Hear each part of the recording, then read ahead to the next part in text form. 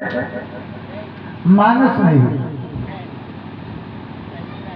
जब मर्यादा पुरुषोत्तम राम ने रामेश्वरम भगवान की स्थापना की तो रावण को यज्ञाचार्य बनाया, आचार्य बनाया। बैठ जा दे रही। रावण जानकी को लेकर के पुष्पक विमान पर आया, विधिवत पूजन कराया, रामेश्वर भगवान की स्थापना करवाई और स्थापना करवाने के बाद जब निवृत्त हुआ तो रामचंद्र मर्यादा पुरुषोत्तम है ना, उन्होंने हाथ जोड़े और हाथ जोड़ करके रावण से कहा, हे ब्राह्मण देवता,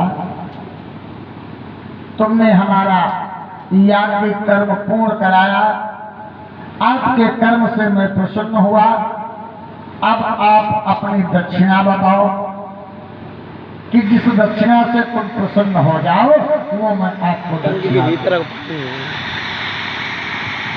टंकी के भीतर और ये सत्य भी है कि किसी आचार्य से कोई कार्य करवाओ, इतनी टंकी वो आचार्य तुम्हारे द्वार से रूठ करके नहीं जाना चाहिए। पानी गिरे अगर रूठ करके चला गया तो तुम्हारा किया हुआ सारा कार्य व्यर्थ हो गया।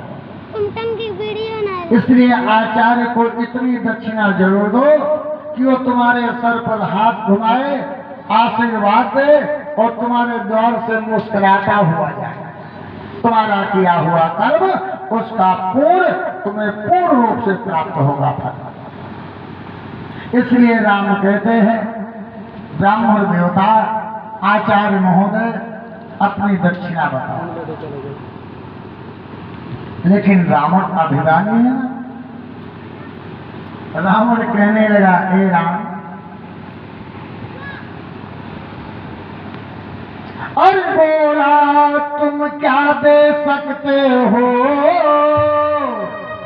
और केवल एक शीश तुम्हारे है, रत्नों परियों से जड़े हुए, और देखो 10 शीश हमारे।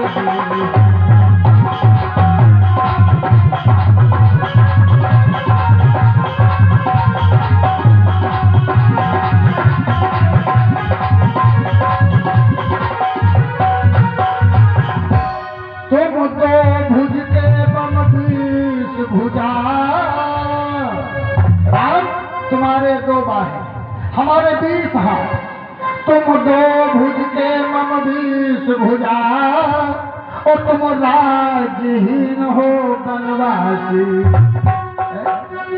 देर कही था ये खाए खाए जिंदगी काट रहे हैं और दक्षिणा हमारी इच्छा के देना चाहते। तुम 2 भुज के मम 20 भुजा, तुम राजहीन हो बनवासी। मेरा है राज लोकी में, रिद्धि सिद्धि में।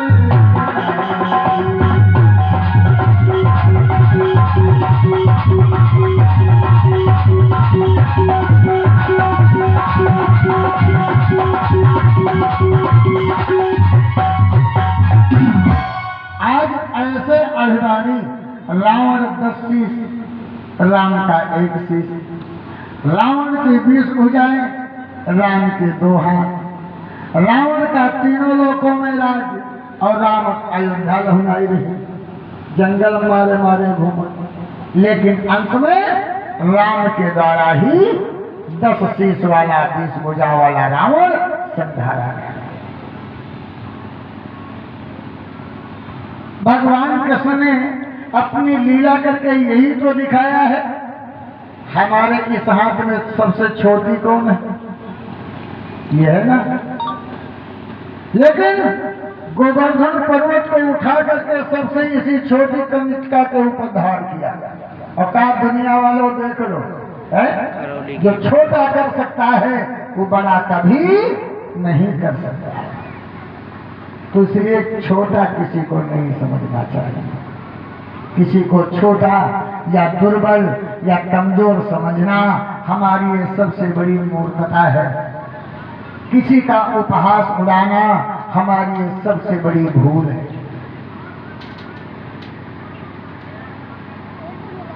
आज नादिया ने सोचा ये छोटा बालक ये क्या करेगा, जाऊंगा अंदर, रोकेगा। गढ़ कहने लगा मान जाओ, अच्छा तुझे जो करना है करो। नादिया आगे बढ़ा, उस जो माँ ने शक्ति दी थी माँ की तरफ हाथ बढ़ाया, कहा चल माँ की शक्ति, वो डंडा कूदा हाथ में आ गया। वो गढ़ बोला ए बैल अब भी सुधर जा, तुम्हें जो करना हो करो। और आगे कदम बढ़ाया, उस गढ़ ने उस मुगदर को फेंक दिया। चल माँ की शक्ति, हाय जैसे मुगदर फेंका, एक से दो मुगदर हो गए और दुई मुगदर बन के नादिया कूटे लागे।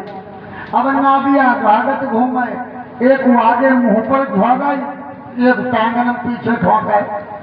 अब नादिया भागता घूम रहा।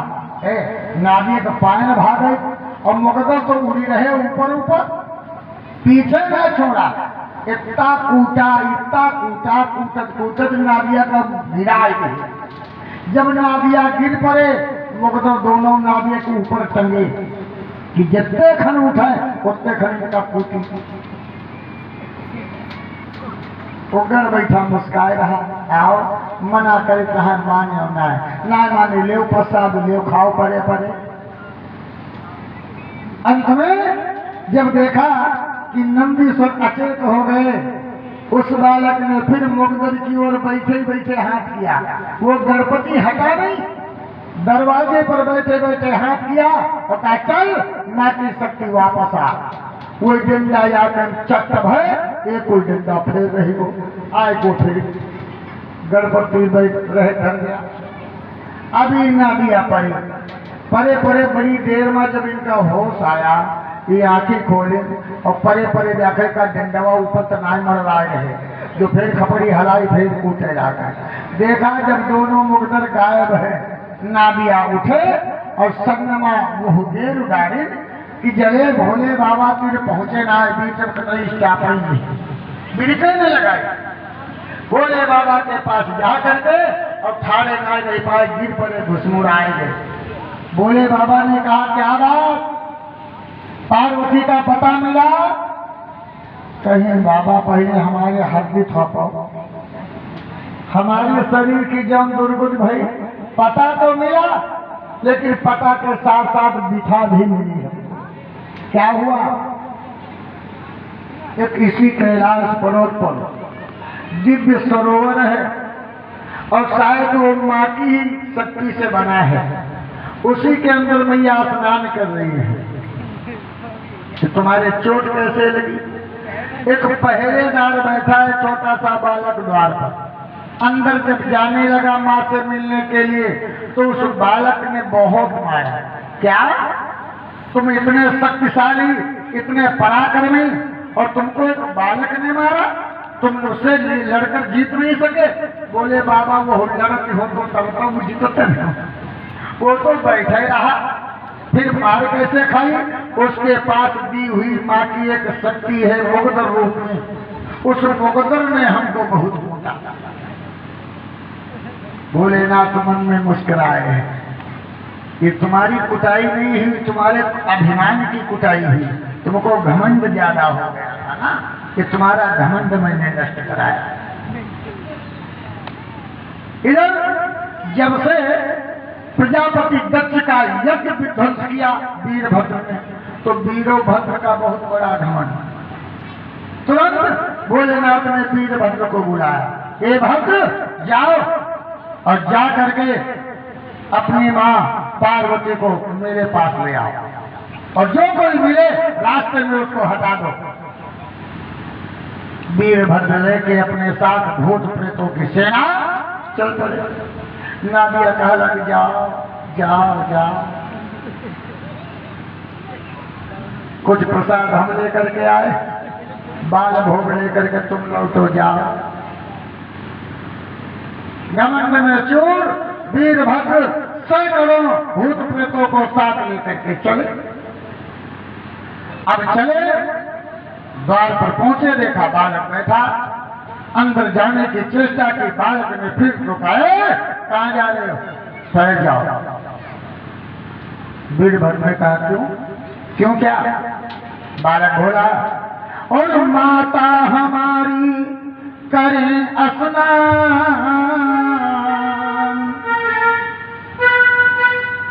माता हमारी करें स्नान, अंदर को ना बढ़े नादान, मैं माता रखवाला हूँ, सुनो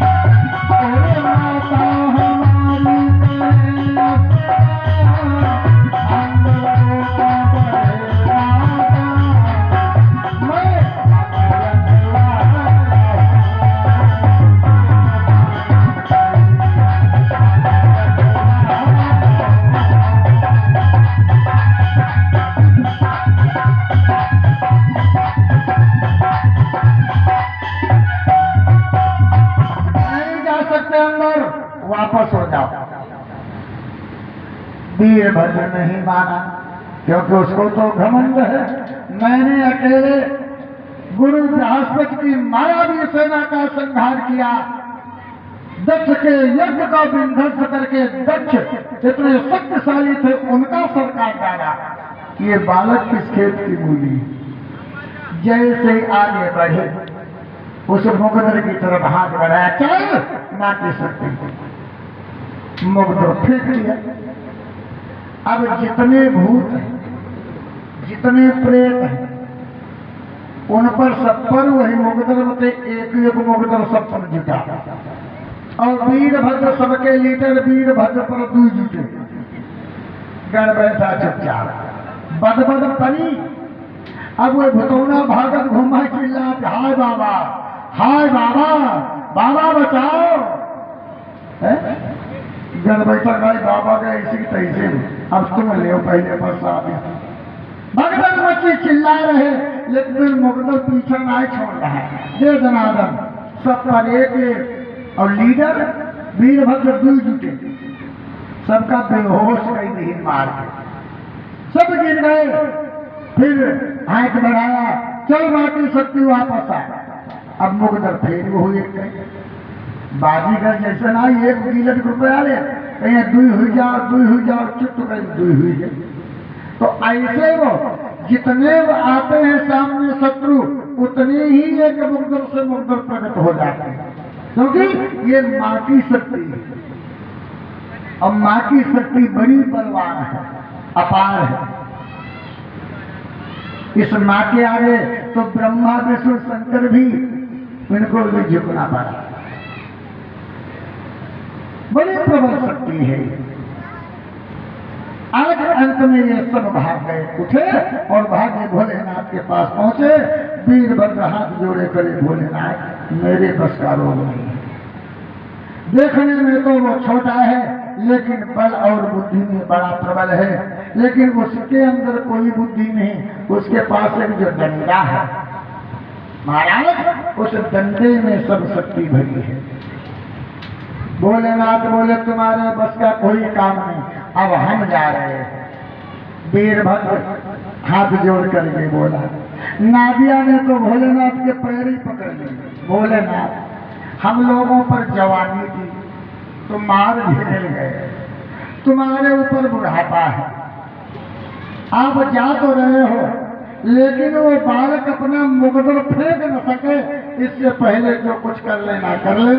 और कहीं मुकदर उसके हाथ से कूदा तो तुम्हारा बुढ़ापा बेकार है। भूल गए हो आज पार्वती पार्वती सबका। भोलेनाथ चल पड़े। भगवान शंकर ने उठाया त्रिशूल। अच्छा ये बात बताओ, देखे हुए कोई देवता तलवार, किसी के पास धनुष्मान, किसी के पास चक्र, लेकिन भोलेनाथ के पास कौन अस्त्र? त्रिशूल। अच्छा त्रिशूल का है भोलेनाथ के पास? भोलेनाथ के त्रिशूल में ऐसी कौन शक्ति है जो 3 शूलों वाला त्रिशूल धारण करते हैं? बता।